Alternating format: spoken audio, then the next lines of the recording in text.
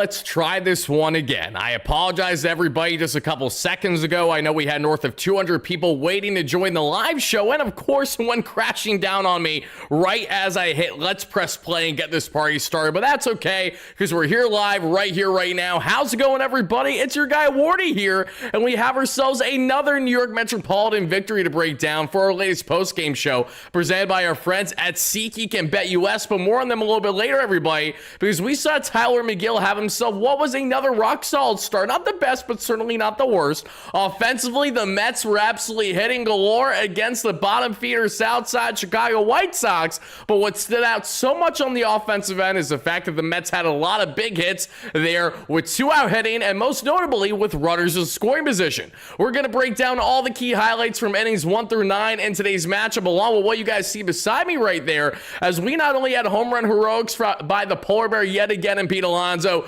but we had an even bigger game by Jared Young, and fitting on the same day that I did a video earlier today for you guys to check out. Make sure to do so in case you haven't already, breaking down when is WardyNYM going to potentially be considered by the Mets, and could he potentially be called up soon there with a corresponding move being a guy like Jared Young. Well, obviously, at least for the next couple games, Jared Young is not going anywhere after what was a fantastic game by himself. Well, we'll talk more about Jared Young and the upside and potential downside with a player like him. Brett the Hitman Beatty having himself another quality day, not 1 but 2 hits on the day, everybody. Lots to take away on both the pitching and offensive end in this 6-4 series victory here for the Amazons. But as we always do, everybody, please make sure to spam those W's in the chat as you first chime in. I want to see the hype going here, everybody. Again, thank you guys so much. Come one, come all. Spam in the chat, everybody. Let me know in the comments down below as well. What is your biggest takeaway from tonight's victory? The Mets' 4th straight victory there this season, and yes, their 2nd straight consecutive victory as well. They're on the series front.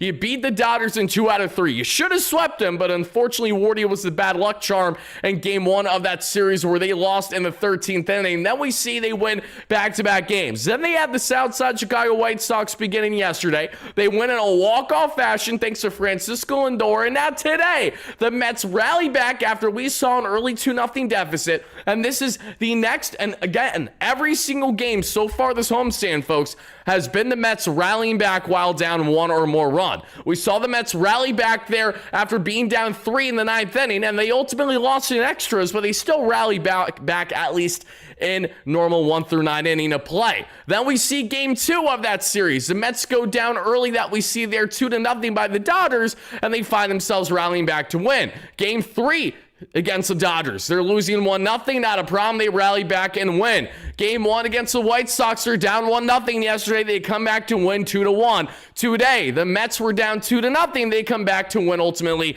by a final score 6-4. So I'm loving the rally by the boys as of late, everybody. I'm really looking forward to getting into our latest New York Metropolitan postgame segment here, everybody. So get the hype going. Let's see you guys in the chat right here, right now. Also, shout out to all my New York Knicks and New York Mets fans as well. Love and I appreciate all you guys greatly. I know that it's been an absolute battle between the Knicks and the Pacers, and I'm actually going to pull it up right now just so I can see in front of me. The Knicks are down right now, 14 with 7 to play. Don't love that. Got to be honest with you. Don't love that, but there is still ball left to be had in that matchup. So for all my Knicks and Mets fans, I appreciate you guys. If you're not a Knicks fan, that's fine too. Hopefully I'm not getting any you-know-what's in a twist here. But let's see who's in the chat, everybody, and then let's get it going with the usual post-game jingle. I see Trenton, great member. I see Hawkins, great member. Sean MD, great member. Chris, how we doing? Brandon, how we doing? PB9, great member, how we doing? Michael, D-Rails going up here. We got Steve Lawn, great member. We got G Money. Michael, Bobby G, great member. Darren, great member, how we doing? Scott Saylor, great member. Irv Wallace, my man, great member. Paradoxal, great member, how we doing, baby? Going up here. Juliet, great member, as always. Charlene, going up here. We got my man Dave Kaplitz, I'm sure. NY Committee, Bob, Omar Branch, great member. Eric Douglas, great member, going up here. We got G Money, if I didn't say him already. Tropical, how we doing? We got everybody in here. Mike Norden, how are you? Thank you guys again. Come on, come all for our latest post-game segment, folks. Let's see here. Anyone know tech executives to sponsor Wardy? Good idea. Seriously. Can we please get just tech assistants on hand there as the official sponsor of the WardyNYM platform? I don't hate that idea whatsoever. But how we doing? Go, Carlos, Juliet, everybody chiming in live at a replay. You guys are absolutely amazing, folks. And now, folks, what we got to do after every every big victory for the Mets throughout the course of the 162, no matter how much you love it or hate it. Before we break down this ball game ending 1 through 9 and all the key takeaways, let's let it rip as we always do with the one, the only, the official, everybody, WardyNYM post-game jingle, baby. Let's rock out. Ha ha!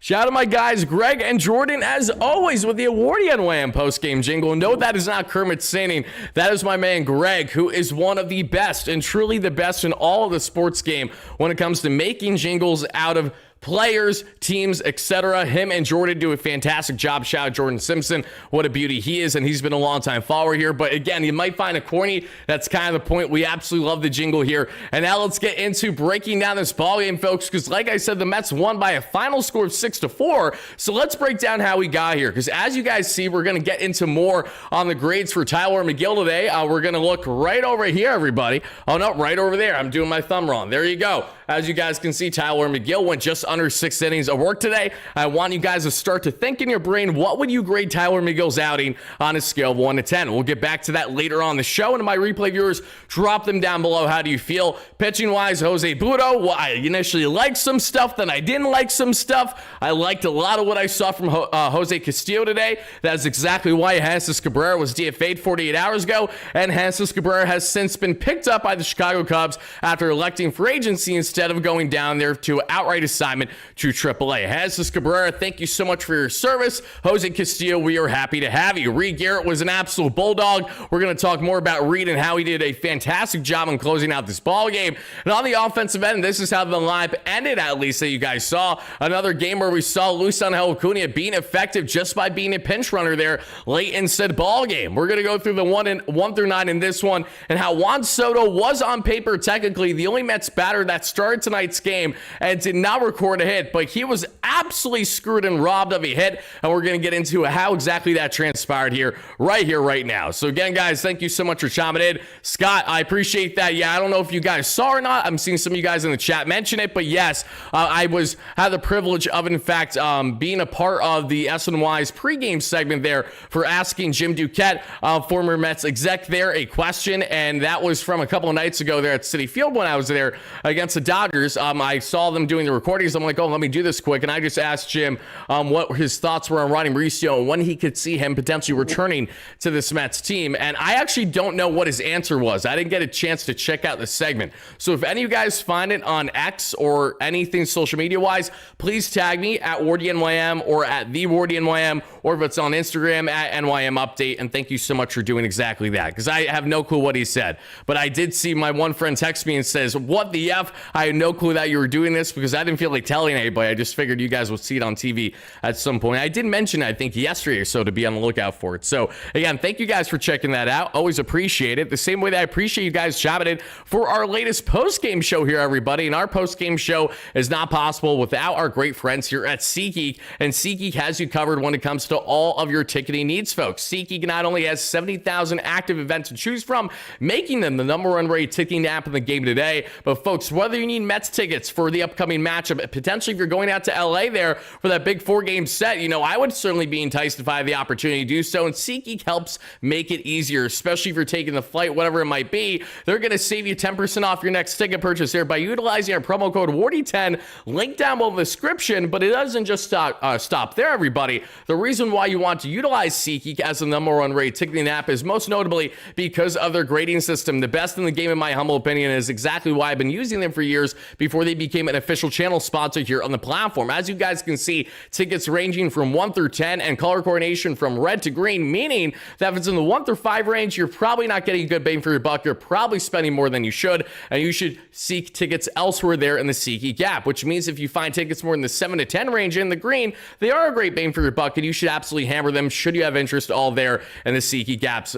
So again, folks, please make sure to check it out should you have interest for 10% off your next ticket purchase. And shout out to our friends at SeatGeek for being an amazing sponsor here on the platform. Now, let's break down this ball game, everybody, but I also want to say if you have key questions, comments, concerns for your guy Wardy, please relay them in the chat as we're going to get into plenty from not only this matchup, but how certain players have performed as of late, what I liked so much about Jared Young today, and certainly what I'm encouraged by to a degree in Pete Alonso's at-bats over the past couple games versus what we saw the previous week and a half to 2 weeks of baseball, everybody. And I do agree that Beatty has been looking amazing. He's been looking much better, a lot more composed at the plate, pulling baseballs more often too, which was very encouraging from what we saw today.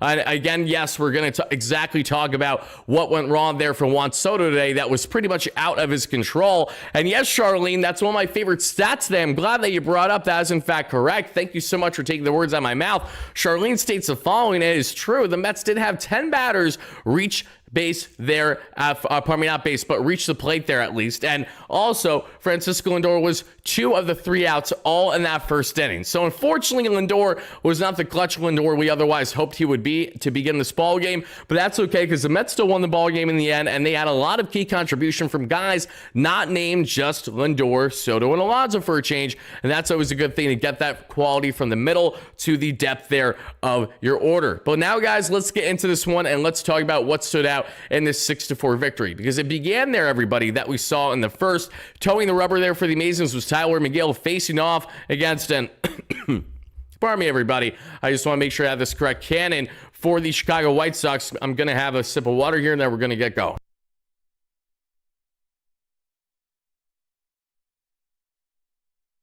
That was needed. Okay, everybody. We see Chase ground out to begin this ball game. Mike Tauchman then gets on with a walk. And then Miguel Vargas, who has been swinging the bat much better. And I have to give credit where credit's due. Miguel Vargas is a guy that I didn't think was going to really amount to much. And I obviously bought into the recency bias, so him just not performing well as a young prospect, leading to him being a part of that 3-team trade last year with the White Sox and Cardinals, with Vargas going over the White Sox, Michael Kopech going over there to the Dodgers, Eric Fetty going to the Cardinals, and I feel like there's one more piece. Tommy Edman going from the Cardinals to the Dodgers, everybody. Vargas did not hit the ball well at all, but this year he's finding a groove there and increased opportunity in that White Sox lineup, and he absolutely smoked his 8th home run of the season there off of Tyler McGill, and that makes it a quick 2-0 lead there for the White Sox. We would see Andrew Benintendi, the largest contract in White Sox team history, believe it or not, 5 years, just under $80 million, lines out, and then Cuero grounds out there for the top of the first. In the bottom of the first,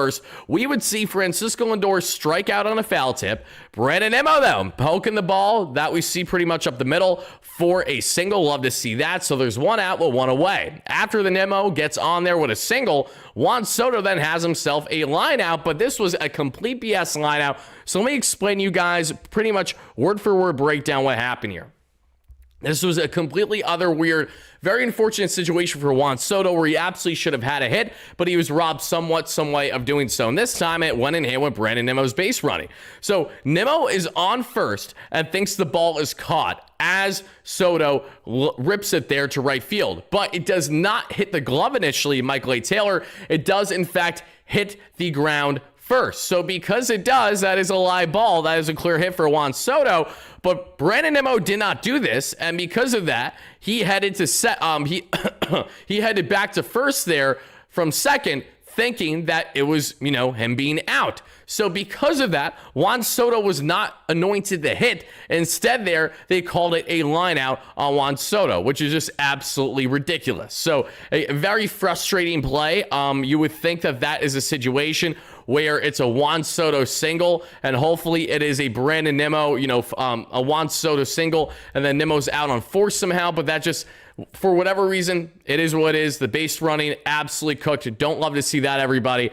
And we do have some news, everybody, Oh, we have some breaking news to get into. It is nothing crazy at all, but the New York Metropolitans just made a signing, everybody, at the time of us being live here. We're going to expand more on the signing for you guys in tomorrow's content, so be on the lookout for that. But the Mets did just sign to a minor league deal, Mr. David Villar. David Villar had himself 118 games for the Giants from 2022 to 2025 at first, second, and third. So the Mets just acquired another potential utility man that they can utilize should they wish to. Dave, thank you so much for the $20 haul. I appreciate that. Dave states the following: nice win. Also waiting for 2 more items to arrive before I send everything to you.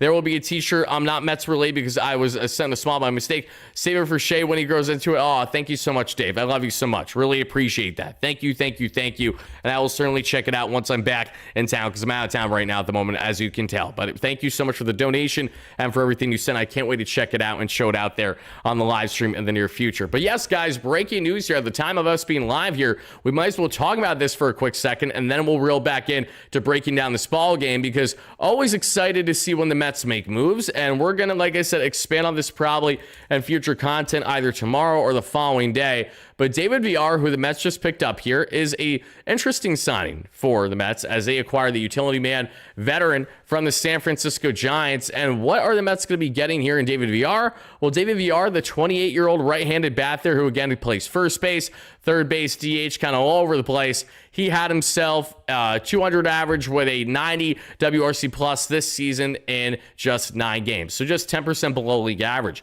Last year in 2024, he had himself 1 home run, 4 RBIs, 257 average, 270 on base, 457 slug, and that is good for a 97 WRC plus, so right around league average as a batter. In 2023 and 46 games, he was no bueno and well below league average, but in his rookie year in 2022, he burst on the scene with 52 games, 9 home runs, 24 RBIs, a 231, 331, 455 average. I say bursted because he was 24% above league average in Fangraphs as weighted runs created plus, WRC plus for short. So Mets add a infield option that they can consider if they really are in a pinch and looking for a bat from a certain side. Otherwise, I would say that this is just more, again, depth to have stored in the minor leagues than anything else there, because, again, you can never have enough depth of MLB quality bats that you have stored in AAA Syracuse. I don't really think it's much more, nor do I think it's anything less. So that is the latest acquisition for the New York Mets, everybody. And like I said, we'll probably expand more on that either in content tomorrow or certainly in the near future, so be on the lookout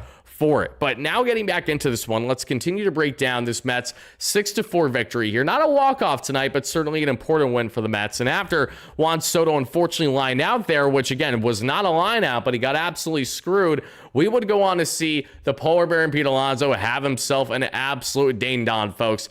There goes Pete Alonso with his 11th home run this season and his second over the past 3 games. Alonso rips one center right field that drives in both himself and Nimmo, and that ties a ball game. And shout out to the Polar Bear, because you absolutely love to see it. And you want to know what we love to see even more, folks? We love to see the Mets not only tie the ball game 2-2 thanks to a big bomb there by the Polar Bear and Pete Alonso. We love to see what happens afterwards as Brett Beatty gets on there with a single that he pulls to the right side. Love to see Beatty pulling baseballs. That's a good thing for him. And then bam, everybody, we get a big blast from a guy who had himself a very productive day, folks. Let's talk about the key standout today, everybody, and that is going to be, yes, and Mr. Jared Young. Jared Young goes 2 for 3 on the day, but it starts with a monster lead. This comes after Jared Young's previous at-bats having no hits, nothing to really show for it, but giving credit where credit's due, Jared Young has actually had some solid at-bats since he was called up by the Mets, but he just has had some bad luck thus far. But still, very interesting to see Jared Young, who, mind you, had around 20-plus home runs last season between the KBO and the St. Louis Cardinals AAA affiliate, led to the Mets signing him in the fairly early goings of the offseason this past year, because I remember doing a video on him while roaming around Manhattan in the evening back in the offseason. I want to say November or early December at latest. And it was interesting to see Jared Young being picked up. And we talked about Jared Young in our video that we did earlier today, because, again, I understand it's a very limited sample size, but it kind of feels like Jared Young is just the bridge to a potential Ronnie Mauricio knowing that Jesse Winker is still a ways away before returning to this Mets team, the Mets do want to consider Jared Young, who was one of the best bats in Syracuse so far this season there, especially on the OPS front, really hitting for power, going gap to gap for quality, what he could potentially do at the MLB level, especially with these lesser opponents there on paper, that being in both the White Sox and the Rockies that the Mets have leading into this weekend's matchup. So why not try to take advantage of said opportunities of a lesser opponent, especially see what Jared Young can do there more in the DH position than anything else, because by having Young in the DH position, you can then keep Vientos either playing in the hot corner, or you could go with Beatty at the hot corner. Then you can have one of McNeil there or Acuna at second base. The Mets are platooning all these options to see what works versus what doesn't. And Jared Young honestly had himself a very fine ball game today. So you have to give him credit where credit's due. So shout out to Jared Young, everybody. His towering blast there to the right side, right on top of the Cadillac Club. Shout out to our friends at Tri-State Cadillac. As always, everybody, that gives the New York Metropolitans at the time there a 4-2 lead. And it would get better certainly from here, because after the Mets go up 4-2, Mark Vientos hits himself a single. Jeff McNeil hits himself a single. Alvarez gets on with a hit by pitch, and then Lindor grounds out to end the inning. Bases loaded, sadly. The Mets could not pounce more than having a 2-run lead. But listen, the Mets, after again having 2 outs, had so many guys get on base. Let's actually take a look back a second. After the Juan Soto line out, which should have been a single, but unfortunately WardyNYM just didn't tag up properly there, and that's what kind of screwed everything, we would see Juan Soto's second out of the inning. Then Alonso gets on. That's 1. Beatty 2. Young 3. Vientos 4. McNeil 5. Alvarez 6. As 6 straight batters with 2 outs there for the Mets get on base. That's massive production. I understand they're playing a much lesser opponent today in the Chicago White Sox, so I'm not viewing this as, oh, okay, boys, we're winning the World Series tomorrow. But I will say it's always a good thing for your team to try to get out of the ruts that they found themselves in, and they were finally able to start to do that today, at least to a degree. Still not sexy at all with runners in scoring position, 1 for 6 with 8 left on base, but I was encouraged to see the Mets kind of get the line going, if you will, there in that first inning, and really not pump the brakes all that much until they at least had themselves a decent lead. And that was the case here, up 4-2 there thanks to bombs from both Pete Alonso and Jared Young, which then gets us set for just the second inning. And as we would see in the second inning, everybody, we would see nothing happen there from the White Sox outside of a 2-out double from Josh Rojas, his first of the year in Josh Rojas, which is kind of crazy to say. And then Michael A. Taylor lined out to do it for the inning. And then we see in the bottom of the second, everybody, WardyNYM would fly out. And after the WardyNYM fly out, Juan Soto flies out. And then the polar bear and Pete Alonso lines out. And that does it there for a 1-2-3 second inning. In the third, we would go on to see Chase get on with a leadoff single for the White Sox. Then we would see Mike Tauchman called out on strikes there. And it was a fantastic strike him out, throw him out double play by the New York Mets and Francisco Alvarez. Alvarez had himself a defensive hiccup that we saw later on this ball game with a pass ball that did hurt the Mets. But with the exception of that, Alvarez didn't have a terrible day today. He did get himself on base at least once. And we did see him also, I think he got on base twice, not once actually. I think he got on with a walk and a single there, which was great to see. But again, that was a nice play there at second base to get the strike him out, double out, strike him out, throw him out, double play rather. Then Miguel Vargas grounds out, and that does it for the inning. In the bottom of the third, Brett Beatty gets on with his second hit in 3 innings.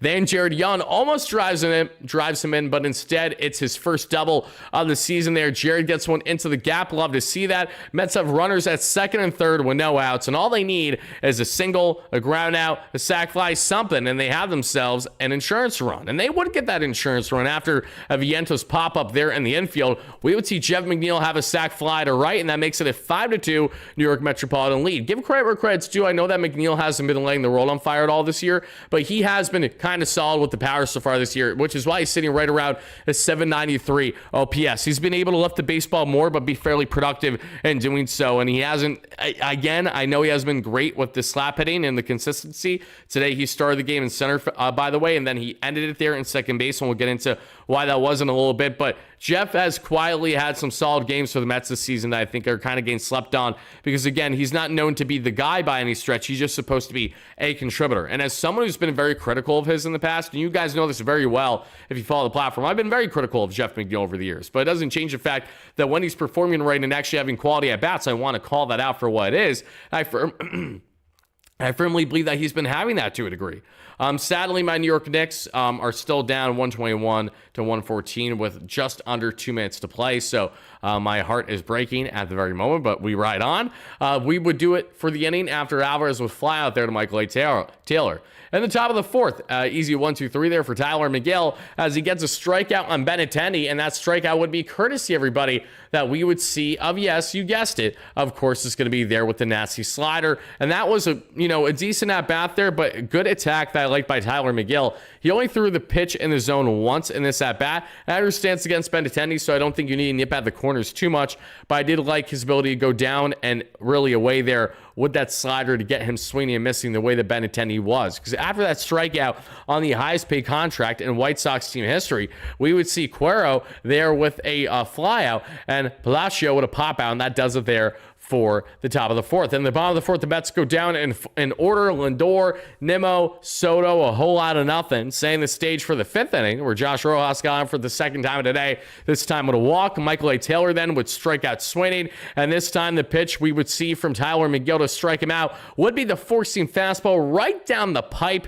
Again, swung right under that bad boy. Easy strikeout there for Miguel on what was a meatball if you were really locked in at the plate, the way that Michael A. Taylor certainly wasn't, the former Washington National and Kansas City Royal and Pittsburgh Pirate, if I'm not mistaken.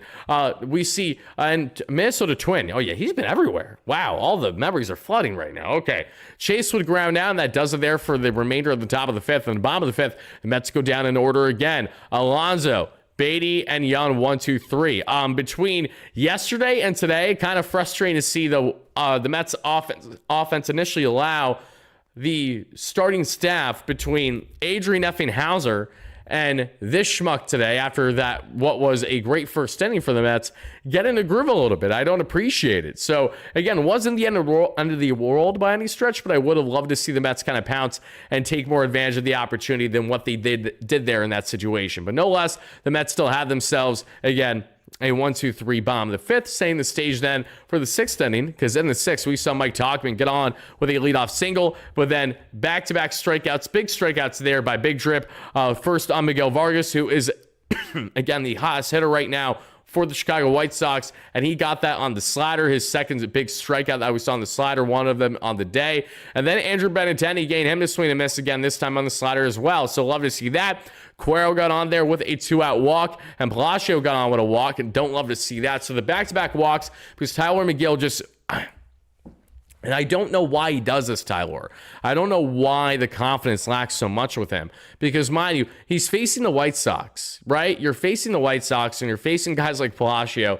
You're facing guys like Cuero. And not that they're the worst players ever, but at the same time, it's like you're nipping around all these guys when it's the Chicago effing White Sox. Like, why not attack more? Trust your stuff, Tyler. You have good stuff, and I get it that you gave up the bomb, but in defense, you literally gave up the bomb to the best batter right now in the entire White Sox lineup, with the exception of Tauchman. So I don't really understand why we're nipping the corners doing what we're doing right here if you're in Tyler's shoes. That is one thing that frustrated me, because this was another game where it was a golden opportunity to at least get that quality start of 6 innings, and it was wasted. It just didn't happen because, again, he was working around these guys. Back-to-back walks after striking out Andrew Benintendi and what we saw there, Miguel Vargas. You strike out the two bigger hitters that you need to get away from in this inning, and then you walk the lower guys in the order. It just doesn't make sense to me. So that was frustrating, and then that leads Jose Butto to come in, and this is the same Jose Butto who we know has definitely labored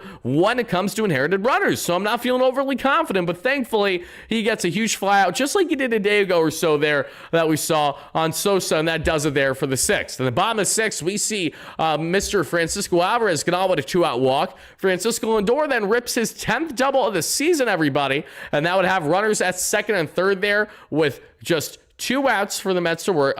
2 outs, so one more out, and the Mets are out of here. Here comes Jared Schuster there, reliever there for Cannon and the White Sox, and Brendan Nimmo unfortunately lined out to end the inning. The Mets were still up, but it would have been nice to add some insurance initially in that moment. Then we see some defensive changes for the Mets as Tyrone Taylor would come in, everybody, and that would replace Mark Vientos, as we know, because he was changed there. And then we saw Brett Beatty there shift to third base, and we saw McNeil go to second from center field. And shout out to McNeil. He had a fantastic catch that we saw in center field there earlier on in the ball game. A very underrated, full sprint catch. Really good catch by him. Then, guys, we saw Michael A. Taylor with a one-out single.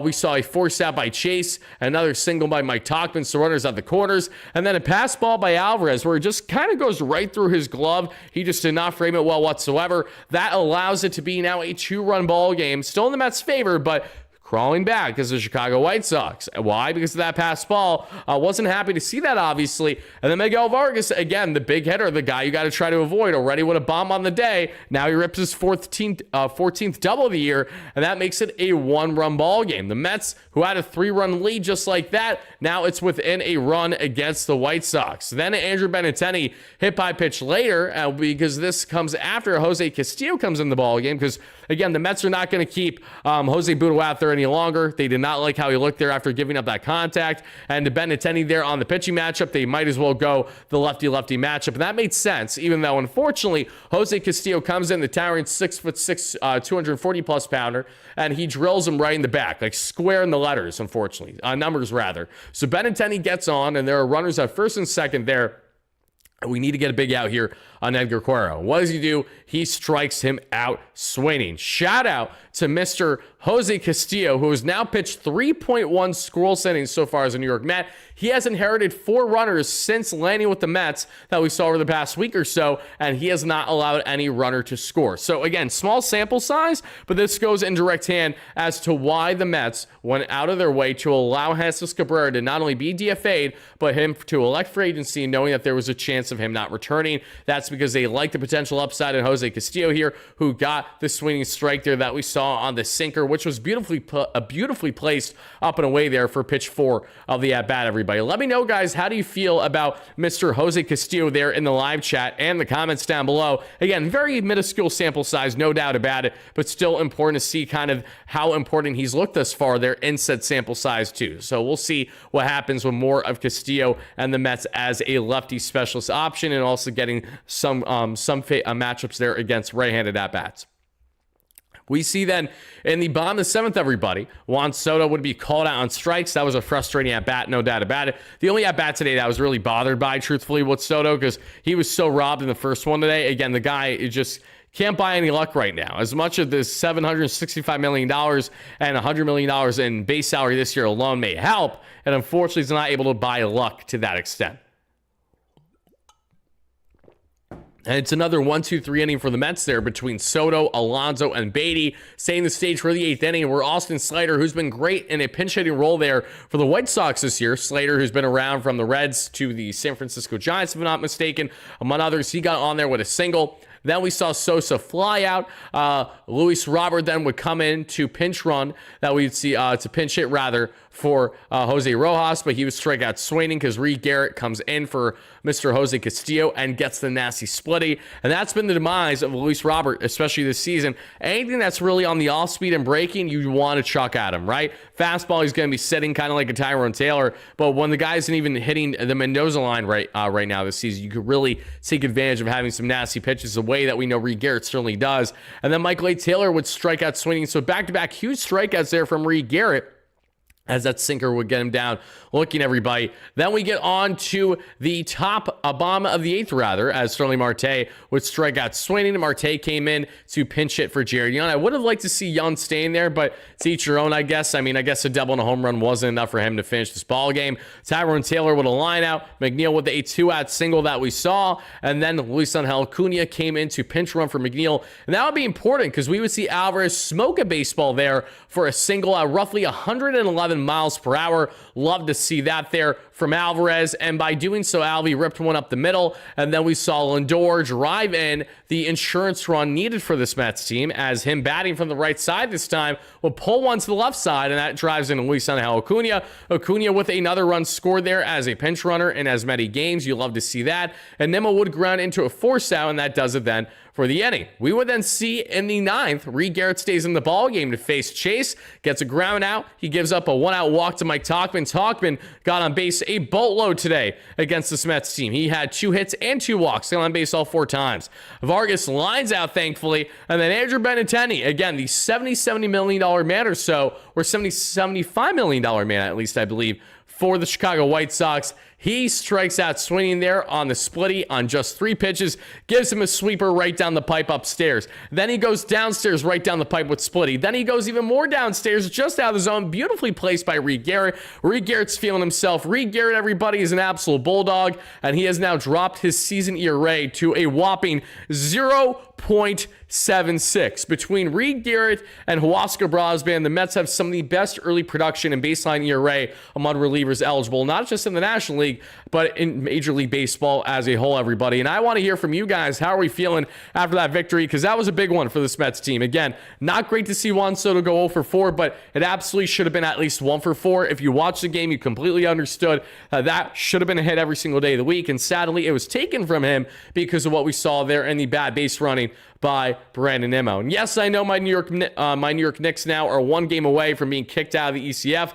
Pains me to say that. Obviously, I'm praying and hoping for Knicks in 7 right now. And I do love the odds of them hopefully defending the Garden for a change of the series back at home there for Game 5. But I got to be honest with you, I'm not loving how things are looking right now. It's really, really hard to be overly optimistic as a Knicks fan at the moment. Is it impossible? No, but it's not great. It is not great. The odds are not in their favor to rally back after being down 3-1 in a series. The odds are far more in their favor if we're in the NHL than the NBA, if I'm not mistaken. NHL rallies 3-1 in a series, in a playoff series especially, do happen fairly often in comparison to the NBA. I feel like that has not been nearly as common, but you guys can let me know if I'm right or wrong about that in the chat. How we doing, everybody? We got Camp, Matthew, how we doing? Jose, Gerald, Mr. Delightful going up the list here. Ariel, Zach Flakerton, how you doing, everybody? Jose, Ronnie Blix, RZ, great member. McGill, how we doing? Ronnie, how we doing? Gerald, all right, guys, let's get into talking about some of these individual player performances today. And let's start here on the pitching end, because Tyler McGill, again, wasn't perfect today, but had himself another solid outing for the Mets, this time against the Chicago White Sox. McGill goes 5.2 innings on exactly 100 pitches, 4 hits, 4 walks, 2 earned runs, 6 strikeouts, and a 3.52 ERA for Tyler McGill. And this is another outing for Tyler McGill where he's kind of walking a little bit more guys than you want, and really just came down to those final 2 at-bats. I think if McGill gets a final strikeout there and has 2 walks on the day over 6 innings of 2 earned run baseball, I'm easily giving McGill, very enticed to give him a 6.5 grade, if not better, with the 6 Ks. But Tyler McGill, for me today, I'm going to give him a 6 out of 10. I'm not going to go too far above that, just because I really, really would have loved to see him close out the ball game. Like, I know he can do it, and I know he can especially do it when he's facing the White Sox. It felt like it was a confidence thing that kind of got away from him towards the end. I want Tyler McGill to feel the confidence, especially against a lesser opponent like this. I'm not saying that players are locked in viewing these teams as, oh, this team is so much worse than the other, but they're obviously cognizant of just how good these teams are at the end of the day. All the more reason to try to attack the way that McGill did, because again, you're going to get swing and miss the way that he got earlier in this ball game, but he lost it, especially as he got into the 3rd turn in the order.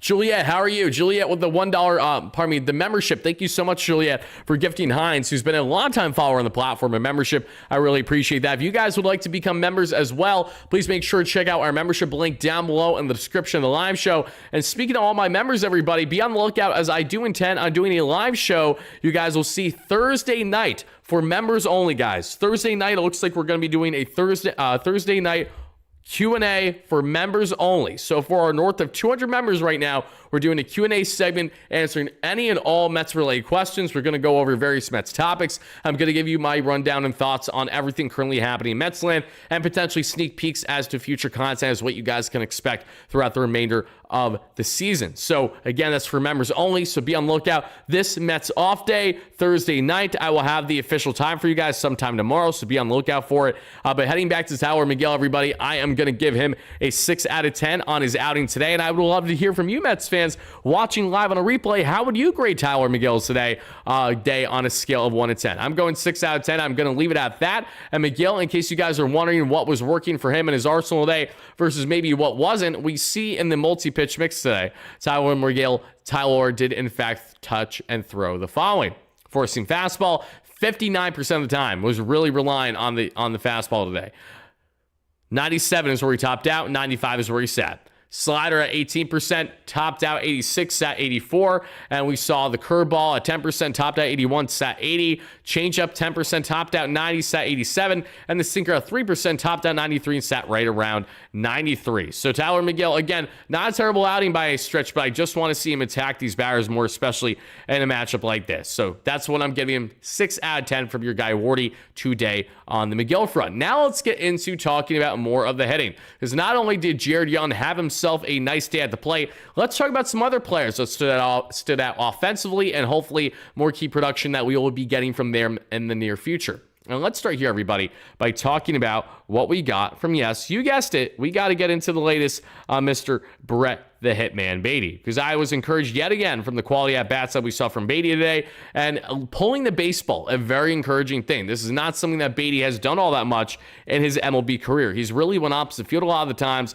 but he's went opposite field in direct part because of the fact that he has not been having quality at-bats. He's been behind pitches a lot of the times, which has led him to going opposite field because he's struggled to pull and left set baseball. But today we saw him have himself another multi-hit game, which you love to see. Brett Beatty goes 2 for 4 with 2 runs scored. Beatty now is up to a 250 average and a 755 OPS on the season. And as we broke down in a video just 48 to 72 hours ago on the platform, everybody, it is true that Brett Beatty's finally truly starting to break out. It's this kind of quality production, both on the offensive and defensive end, where you know he's far from a liability at second and third base, the way that he certainly was for the Mets today. And Steven, thank you so much for the membership. I'm very happy to have you in here. Really do appreciate that. I have to give credit again where credit's due in the case of Brett Beatty, guys. He has been hitting the baseball really well as of late. And if Beatty can keep this up, again, it really does feel like that he's going to be with his team, hopefully, as a mainstay for the foreseeable future. Let's actually take a look real quick, everybody.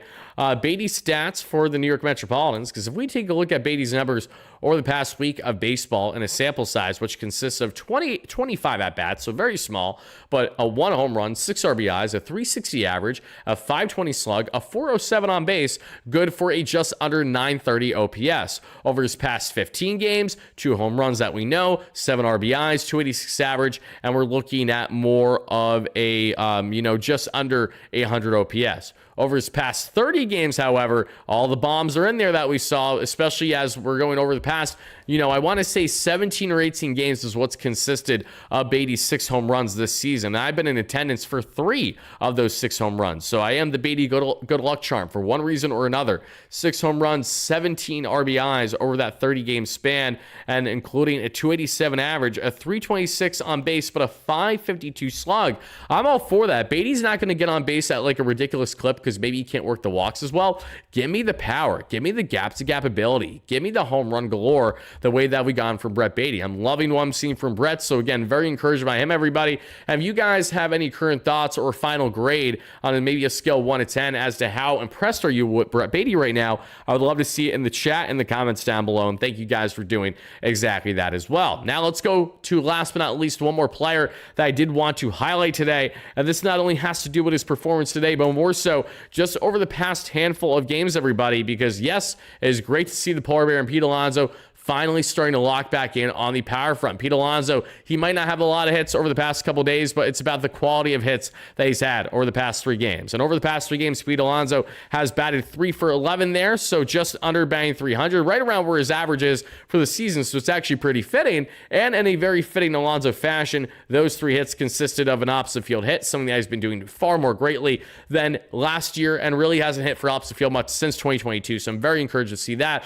But most notably, it is the home run power, everybody, with 2 home runs over his past 3 games. Alonso's finally starting to tap more into that power that he was otherwise stunted for the previous 16 to 17 games, the longest drought of his major league career without a home run. Alonso, who hadn't hit a bomb previous to the past 3 games, to the series even before the Chicago Cubs, where he was going into that matchup with PCA, both tied with 9 on the year. Now Alonso's finally tapping more into that home run potential, has 11 or so home runs on the year for Pete, 2 home runs, 4 RBIs, and still has now a 291 average and a 932 OPS there on the season. So yes, Alonso's not batting at the ridiculous 350 clip for a 1,300 OPS right now, but he is still much so batting at a level that should have us happy and intrigued as fans. And even when Alonso has had some of his more underwhelming at-bats in the month of May, because his May has not been nearly as good as what we saw there in the month of April. But him picking it up late is great because it's not how you start, it's how you finish. We love to say that all the time.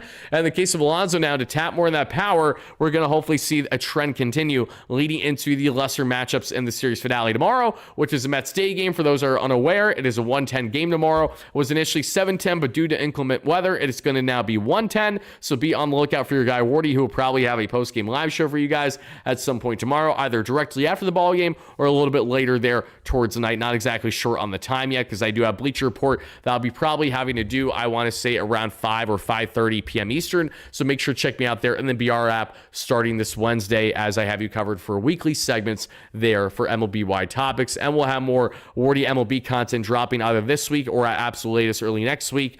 We dropped 2 videos this past week. Check them out on James Wood and Alex Bregman. And sadly, Alex Bregman is now injured, so that kind of aged like milk. But I digress. Getting back to Pete Alonso, very happy with the production with him as of late. I hope that the power certainly continues. And most notably, it has to be the opposite field implementation. That is what I love so much about Pete. That is when I think of Pete Alonso as absolute best. I think of a guy who spreads for all fields and certainly pokes sliders down and away opposite field instead of swinging and missing and absolutely looking foolish on a strikeout more often than not that we saw for the vast majority of the 2024 regular season. So seeing Alonso go oppo not only with singles, doubles, but home runs is showing the type of quality at bats he's taking and looking to be locked up long-term with the Mets as their first base/DH option. So guys, let me know all your thoughts about Alonso in the chat. And now, speaking of Alonso, let's take a review of this Mets offense today. As we see 1 through 9 with the lineup, as I mentioned, this is how the ball game ended, not how the ball game started. Francisco Lindor went 2 for 5 today. Crazy enough how Lindor still went 2 for 5 in this matchup when he had the 2 outs there in the first inning, but he certainly picked it up by the end of the ball game for sure, and not only with double, but certainly by pulling that baseball to the left side from the right side of the plate there against the lefty and getting that RBI to drive in Acuna. He's at a 275 average and 807 OPS on the season. Very Lindor-esque numbers. Even though I would like him to get back to 300 and north of a 900 OPS, he has still been fantastic, even in the latest rut he's been in. Brandon Nimmo, 1 for 5 with a run scored in this one and just poor base running at 218 average, 676 OPS. I don't hate Nimmo in the 2-hole at all, and I would like to see some more looks in there, so we'll go on and see what happens going forward. Alonso batting fourth. Again, don't love Pete batting fourth, but again, he's had home runs in 2 of the past 3 games batting fourth. So again, if it ain't broke, why fix it, I suppose. 2 RBIs, 291 average, 932 OPS. I just like Alonso having a guaranteed first inning at bat. I don't like when he doesn't have that for obvious reasons. Brett Beatty, 2 for 4, 2 runs scored, 250 average, 755 OPS. Then we get Jared Young, big game for him, 2 for 3, double, home run, 250 average, just over 1,000 OPS. Starling Marte, 0 for in this one, 225 average, 666 OPS. Mark Vientos, 1 for 3, 236 average, 682 OPS. Tyron Taylor, 0 for 1, 248 average, 665 OPS. We love TT here, though. Jeff McNeil, nice game for him, 2 for 3 with an RBI, 239 average, 793 OPS. Luis Angel Acuna with a run scored, 260 average, 622 OPS. And Francisco El Troll Alvarez, 1 for 2 with a walk, a 243 average, and a 652 OPS. So that is what you got from the Mets offense, who hit the White Sox 12-8 today and had the expected batting average of 313 to just a measly 220 there for the White Sox. Billy, thank you so much for the $2 holla. Billy states, when do we move Soto back to the 2-hole? I don't know exactly, because clearly Carlos Mendoza wants to run with this look right now, especially in the case of Nimmo and Vientos kind of flip-flopping on certain matchups there in the 2-hole. The Mets are not going to immediately put Soto back there, so we're just going to have to wait and see. I don't have the answers for you, because I said I have to see it to believe it, to see Soto even taken out of the 2-hole to begin with, and he was taken out of the 2-hole to my surprise. That came after the Mets went 0 for 7 with runners in scoring position and their Game 2 defeat in Boston to the Red Sox. So that's what you got on the offensive end today, everybody. So now let's take a quick look on the pitching end. And the pitching was gorgeous. The pitching was once again sexy. And even though Jose Butto is frustrating, overall, this was a rock-solid day for this Mets pitching staff yet again. Tyler McGill once more with 5.2 innings, a 4-hit, 2-earned run, a 4-walk baseball, 6 strikeouts, a 3.52 ERA. Jose Butto with 1 inning of 2-earned run, 3-hit baseball, a 3.81 ERA. Jose Castillo 0.2 innings with a hit there, a strikeout, a 7.2 ERA on the season, but has yet to allow a run, has inherited 4 and has gotten rid of them all for the Mets thus far, and has 3.1 scoreless as a Mets southpaw reliever. And Mr. Reed Garrett, 1.2 innings there of 1 walk, 3 strikeout baseball. Fantastic outing by Reed Garrett today. Can't say enough great things about his pitch mix-up. And actually, I'm going to emphasize real quick what I liked so much there between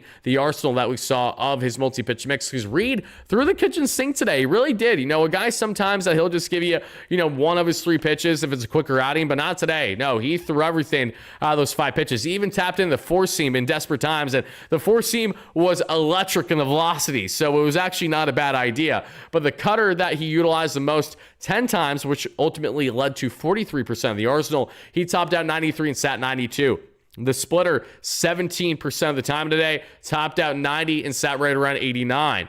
We then saw the sweeper at 17% of the arsenal as well, topped out 87, sat 86. The sinker at 13%, topped out 96, sat 96. And the 4-seam fastball topped out roughly 99, 98.5 to be exact, and sat 98. That was up a little bit today. Reed Garrett, who I had the pleasure of meeting at Mets Amazing Day back a couple months ago, fantastic guy. Literally was just so happy to be there. You could tell, was really appreciating just every second of being a part of that group, which I thought was really cool. And I would absolutely rate Reed Garrett today an easy 9.5 out of 10. I mean, guy's an absolute stud. It's harder to grade the relievers, obviously, because it's not like they gave the Mets 5+ innings the way that McGill did, but on the season it's really hard not to give Reed Garrett a really, really strong rating right now. Tonight alone you're getting a 9.5 out of 10, but he was absolutely nails, electric. You really couldn't do much more.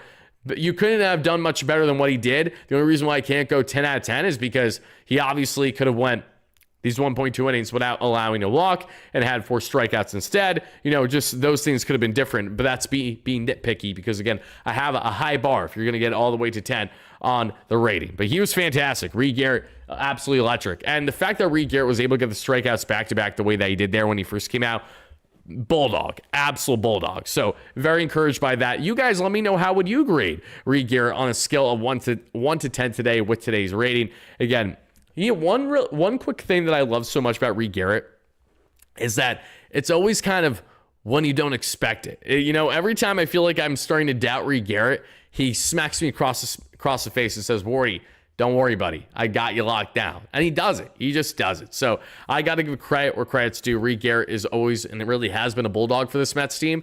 And I think the Mets are in a perfect position, hopefully, God willing, this year, where they don't have to overwork him to the same extent that they did with their bullpen last year, meaning that he should hopefully be more fresh and more concise and not really have as much burnout that he did, leading to multiple weeks off that we saw leading into the All-Star break last year. If you guys remember, he had that extended break because, again, the Mets were just working the hell out of him.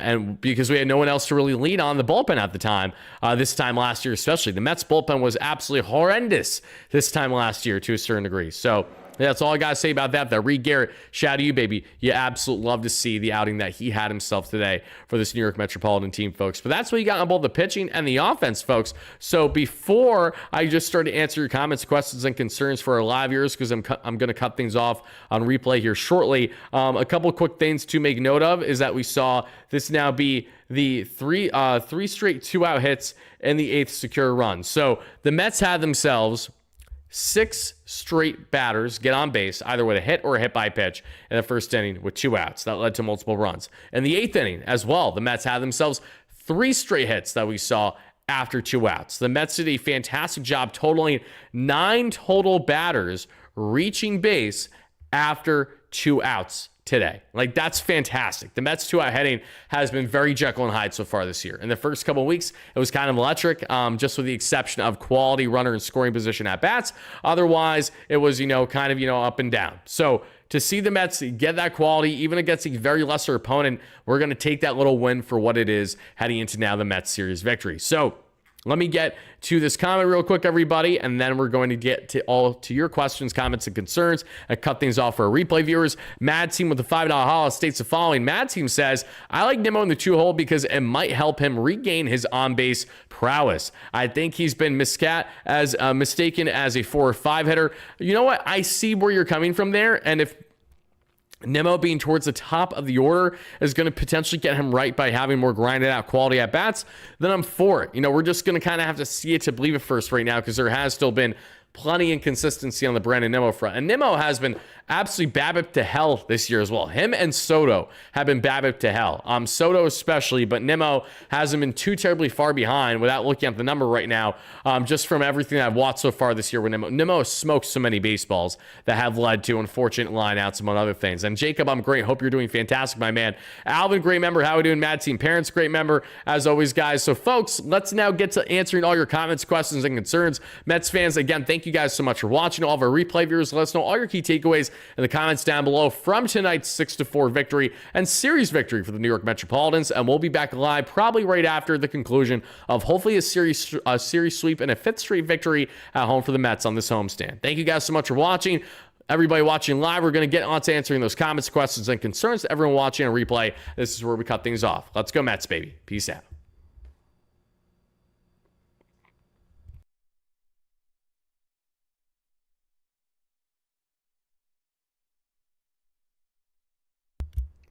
Fantastic job with the stare, everybody. Really, really good job.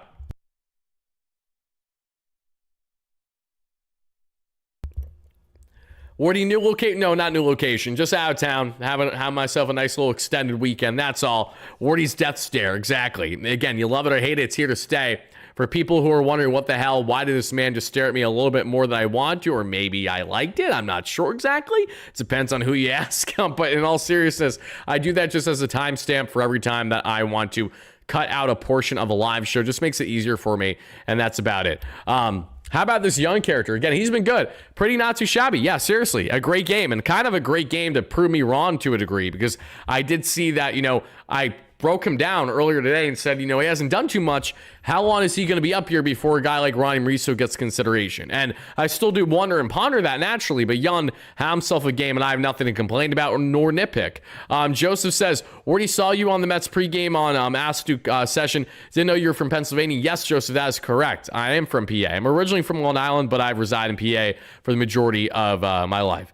This podcast makes me like baseball more. Well, I'm really happy to hear that, Trennan. Thank you so much for chiming in. I really appreciate everyone that chimed into our daily content here. You guys know that I grind as much as humanly possible, literally all the time, content out every single day, at least one, if not two, if not three forms of content on daily, covering everything New York Metropolitans. So thank you so much for the support. I appreciate that.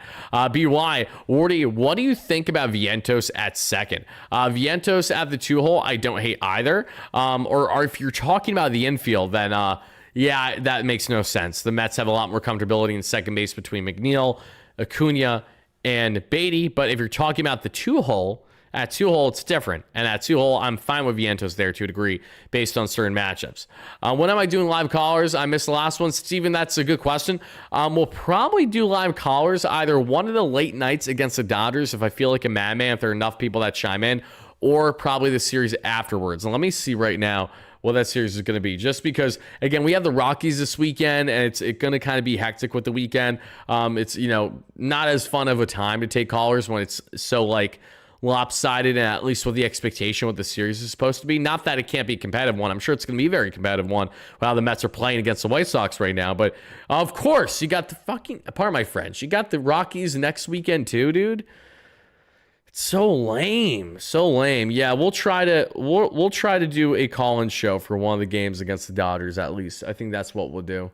I think that makes a lot of sense. So maybe that's what we'll eye up, either the second or third night of that series against the Dodgers, depending on the outcomes of those ball games. We'll do live callers. So we'll get back to you on that. And again, for my members that are chiming in live on a replay, folks, Lloyd, Trennan, thank you guys for chiming in. Dave, everyone else, as always, again, we are doing a members-only live Q&A segment. Please make sure to check it out. That is going to be happening Thursday night, and I will have a time for you guys at some point tomorrow, posted on the community tab and probably relayed as well in our live post-game show. Rocky series is going to be my last one until middle of August, leaving for Army basic training next week. Got you, David. Again, thank you so much for your service. Stay safe. I hope everything goes well. And again, just thank you so much for everything. I really appreciate it. Terrible tickle in my throat. Give me 1 second, everybody.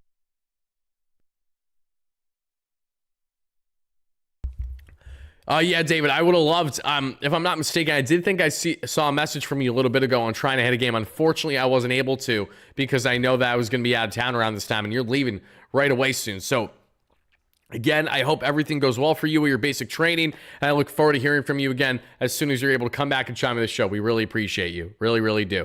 PB9, how we doing, baby? Let's see. I hope I can make it Thursday night, at least for some end of the work around 9. You got it. Yeah, again, I will have clarity on the exact time for you guys sometime tomorrow. Let's go up here. That's a sick shirt. Thank you. I appreciate that, Brooklyn. Yeah, out of town, so I'm like, you know what? We got to get myself the latest kind of Wardy bowling shirt, because if you don't have a nice vertical straight bowling shirt, you're doing something wrong. Come on. Let's see. Second base. Yeah, BY. I think that's 2 out of the realm of possibility for Mark. While second base may seem initially less commanding than the hot corner, the Mets have too many quality options at second base, I think, to throw Vientos there. And I think they need to either continue sticking with him at third or obviously have him go more in those DH positions. Because by flip-flopping between DH and third base, you're going to have this continued inconsistency on the defensive upside, in my opinion. And I think the more that happens, the more it's going to be a problem for him and for how we evaluate him and maybe even his consistency with the offense. And I don't wish that. I really do like Vientos a lot. And we're obviously waiting for him to kind of really start to get on that offensive tear the way that we're otherwise hoping. And you could definitely tell that how teams have impacted things to a degree. And, really doing their best job and approaching him in a little bit of a different manner than what they were last year where he first broke out on the scene. How do you check membership status? Confused. Mr. Delightful, so you're not a current member, and I can just tell because your name would be highlighted in green with a little icon next to it. But if you would like to become a member, all you have to do is click the link, one of the many links we have in the description of the live show. Just go down and look till what you will see join Wardy's membership plan or so. Click that link. It will give you your membership options. There's multiple to choose from. And thank you so much for checking out any in advance. I really appreciate that. Dave, thank you so much for the $2 haul. Wardy, you should be in the 2-hole after Lindor. I mean, hey, if the Mets want a little pinch runner in there, absolutely. Your speed demon Wardy will be there, ready to pull a hammy in 5 seconds. Dave, thank you so much for the donation. Appreciate you as always. That's pretty funny. Let's see, going down the list here even more, everybody. Wardy, what do you think of the Tigers versus Mets World Series? Mets in 7. I'm not completely opposed to that potentially happening. I kind of like the idea of a Mets-Tigers World Series. I'm very fearful, obviously, of facing a Tigers team that has a Tarek Skubal, but I think on the offensive end, the Mets would trump the two, hopefully, without Javi Baez single-handedly torching us. Kind of crazy to envision the Tigers having that deep of a playoff run this year, but they are that good right now, and their rotation has been absolutely fantastic, among other things, so I'm looking forward to seeing what they will do throughout the course of the season. I don't have an exact time for my 40-yard dash because I haven't done one in a hot minute. Like, I haven't timed my 40-yard dash since probably I was, I don't know, a junior or senior in high school, and that was a hot minute ago. Your boy Wardy graduated a couple years ago now. We're getting old. I'm a dad now, so the fact that, high school was a thing is like, holy and that wasn't even that long ago at the same time still. Absolutely bananas. But guys, let's go into breaking down whatever, again, comments you guys got for me. I will answer plenty more here for you guys in just a second. Now let's head back over here. Let's see. Charlene, how we doing? No, you're the best, Charlene. Thank you so much for the love. I really appreciate that.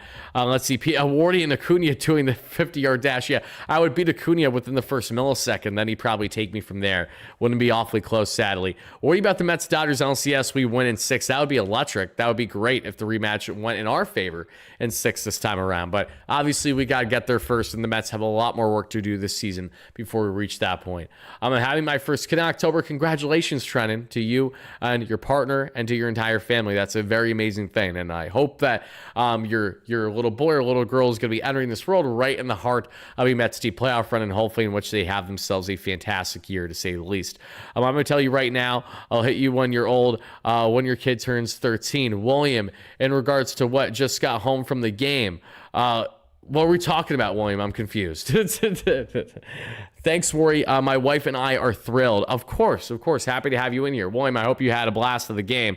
I hope that it was a fun one today. Again, a 6-4 victory. We're going to take that every day to the bank there, regardless on if we're playing the White Sox or if we're playing the Dodgers. You just got to win, baby. That's the most important thing at the end of the day, right? We also can take a look here for a second on some of the Mets' offensive numbers, which consists of the following, everybody, because the Mets did enter today's ball game with both the following offensive and defensive numbers that we're going to get into in a second. Give me 1 second. Also, guys, there is a great article for you guys to check out should you wish on Fangraphs, which is David Stearns on how analytics have impacted a general manager's job. He gives a very good perspective there on sharing the point of view and how he balances analytics on a day-by-day basis and how much it has obviously helped impact the Mets' performance, because there's no denying that his evaluation based on the numbers, the eye test, and everything in between has led to great success for this team. So definitely make sure to check that article out. It is on Fangraphs. It's literally on their main page if you go to check it out. But as we take a look, everybody, the Mets enter today's game, again, ranked offensively in Team WAR, 8th in Major League Baseball per Fangraphs. When we look at them in WRC Plus at 108, which is 8% above league average, that is going to be good for, we're looking at 9th. So just trailing the Phillies by 0.1%. So better total offense than the Phillies so far this year. And pitching-wise, we know the Phillies have been absolutely fantastic, but so have the New York Mets. The Phillies right now are ranked as the best team in baseball in pitching WAR because they really picked things up over the past number of weeks against the lesser opponents that they played in the Athletics, the Pirates, the Rockies especially. So they have 9.4 total WAR with a 3.72 team ERA. The New York Mets are 3rd in baseball with an 8.3 WAR, so they're a full one behind the Phillies there. However, when you look at baseline ERA, the Mets are still comfortably in first, with the Kansas City Royals behind them at 3.10. So Mets team ERA has been fantastic, and that is one in direct hand with having a jaw-dropping rate to this point of a .64 home run per 9. The Mets' ability to keep the ball in the ballpark, especially with ground balls induced, because they have so many ground ball pitchers, has led to great success for them so far this season, no doubt about it. And the BABIP as well has been at .285 as well. When we look at the BABIP leaders, the Cincinnati Reds right now are first at .263, and the opposite end, the Colorado Rockies are at .332, which is not ideal. The Mets are 17th on that front, which is not a bad thing at all. So that's what you're getting from the Mets' offensive and pitching numbers to this point, everybody. So a lot of things to be encouraged by. You're still top 10 in offense, and pitching-wise, you're still best in all baseball right now in ERA, and you can see what you can try to build on from there and hopefully get more of a groove going once you get guys like Frankie Montas, Sean Manaea, and everyone else there. And offensively, when the Mets eventually get guys like Jose Siri, Jesse Winker, and everyone else in company, it's going to be good for this team for sure. I agree, Steven. It would be better fad Met colors. I 100% agree. And go Mets. Thank you so much. You have a great rest of your night, too. I really appreciate that. Let's see.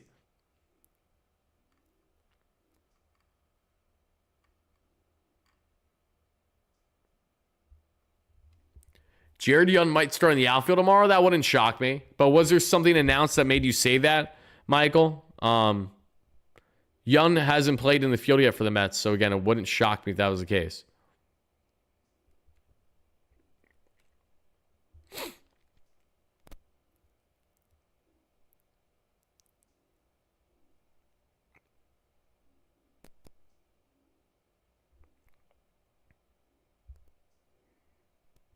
Hold on, guys. I'm just seeing. Yeah, I didn't see any quote from Carlos Mendoza, so that's just assumption. Okay, that's fine. Not a problem. But guys, that is again going to do it for our latest post-game show. I want to thank you all so much for watching. This was a pretty much kind of more calm, cool, and collected night. If the Mets can secure the series sweep tomorrow, your boy's going to be hyped. Regardless of the fact that it's against the White Sox, won't be the same amount of hype as obviously winning a big series against the Dodgers, but it will still have a good amount of hype and things to build off of to lean into the next matchup. So we'll see what happens tomorrow, everybody. Day game, 1:10 p.m. Eastern tomorrow. I will see you all there, everybody. Until then, I hope you have a tremendous rest of your night, day, evening, whatever you're watching this. And this is your guy, Wardy.